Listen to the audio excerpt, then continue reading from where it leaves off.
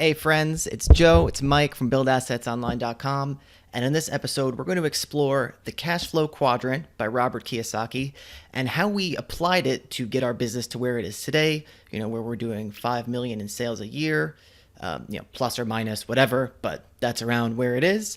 And we're going to talk about it because it's such a round number. I don't know how much the sales is. I know it's over Well, 5 we million. just did our taxes, Joe. So we have some. Yeah, I think you could say it. You can say it confidently. Yeah, I was more so saying it as the low ball number rather than the high ball number, but They'll whatever. get the point. They'll get the point. So around 5 million in sales.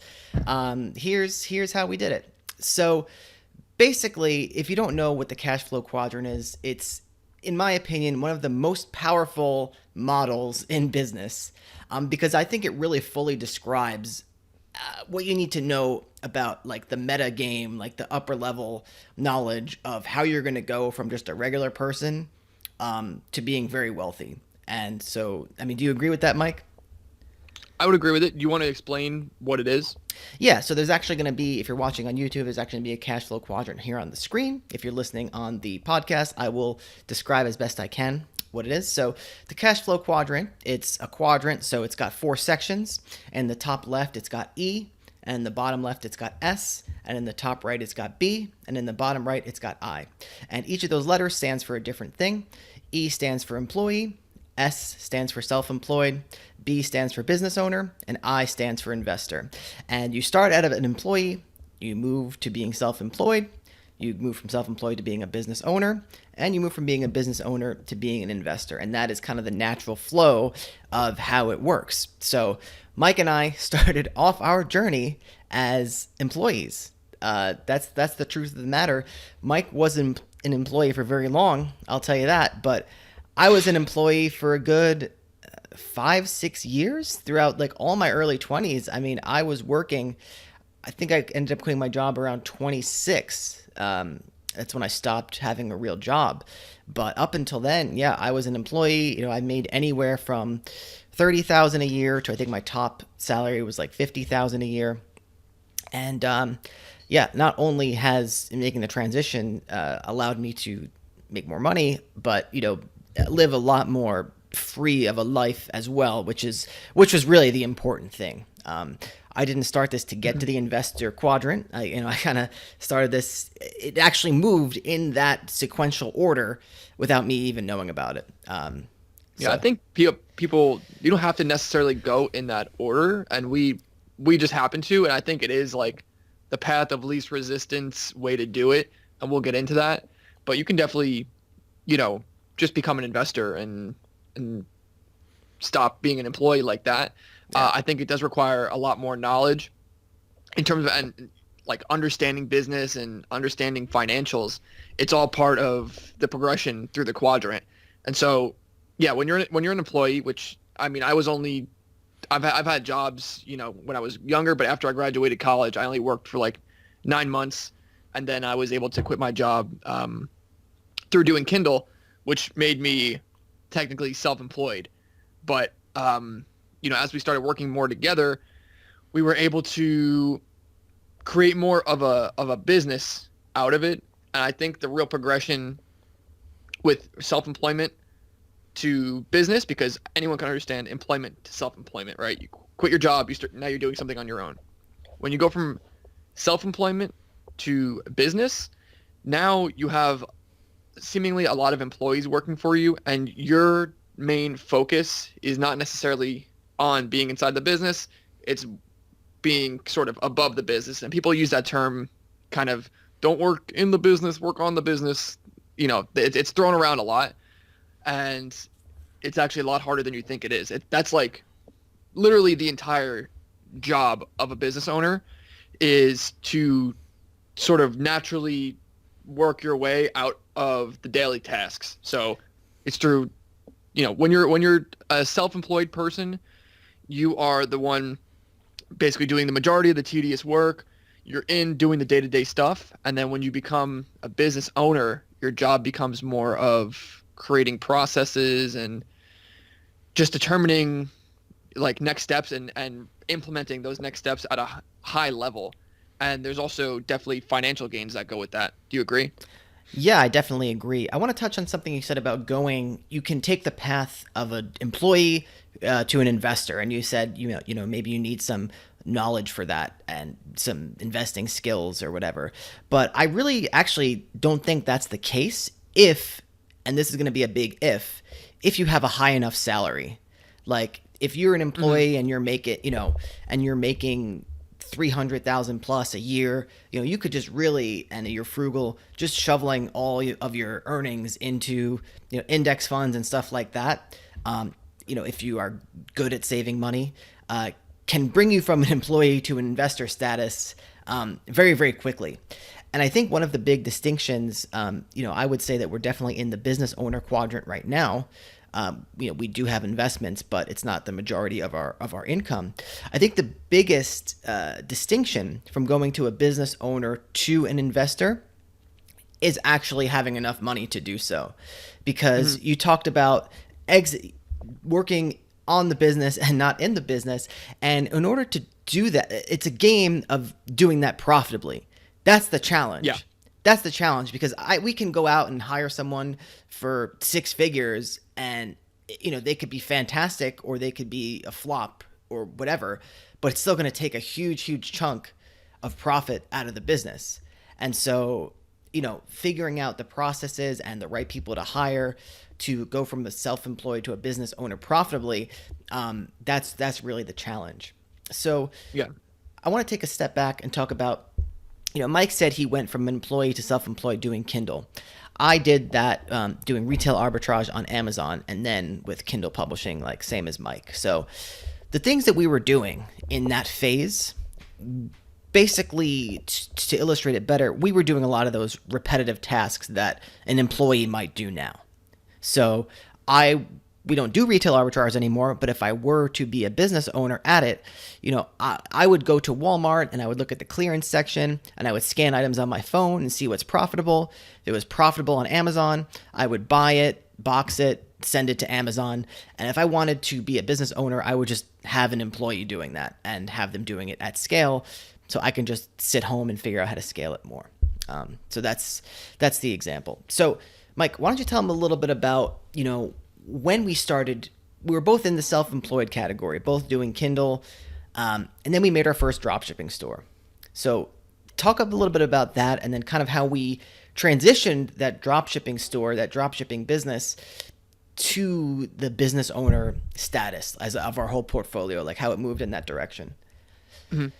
Yeah. So, I mean, we decided to do dropshipping just as a way to diversify our portfolio because of, we've talked about the Kindle story and how, Amazon is really not a reliable place to put 100% of your money. But nonetheless, we started creating dropshipping stores. And after creating 2 or 3 stores, things got busy enough to where the majority of our time was going into daily tasks inside the store. So when you finally have to make the decision to begin hiring, it's actually not an easy process mentally, because it's hard to hand over parts of your business, but it's really a necessary step if you want to continue making, continue growing your revenue.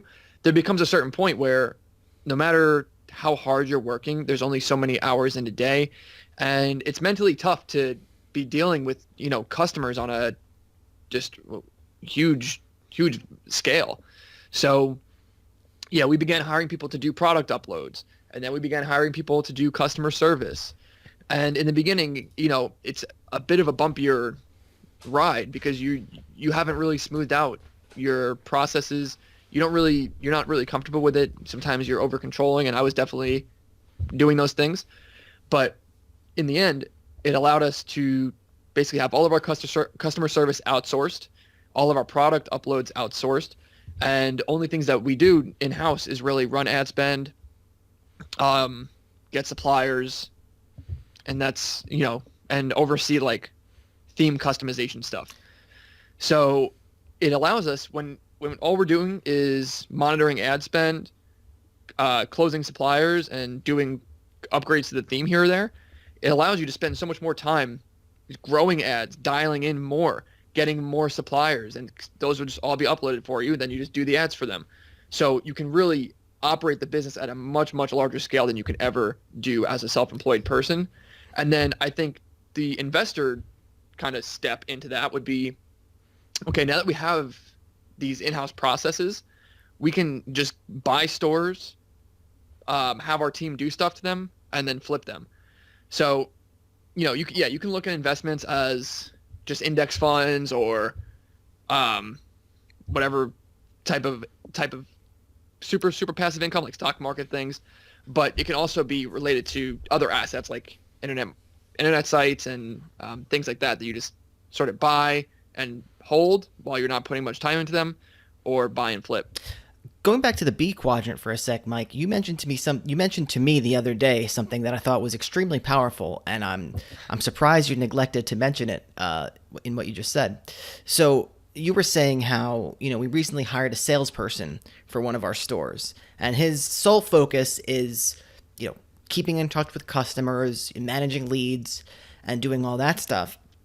And then you said to me that you're starting to see the whole process of people coming to the store and becoming leads. You're starting to see that at a much more holistic level. You're starting to see like, okay, we have this many abandoned carts, this many people called us. Mm-hmm. And then you said it's just a matter of now let's work the numbers and get the resources to call those people back, call every one of the leads back, contact every one of the leads, close as many sales as possible. So I thought that was extremely pertinent so can you talk a little bit about that for the audience? Mm-hmm.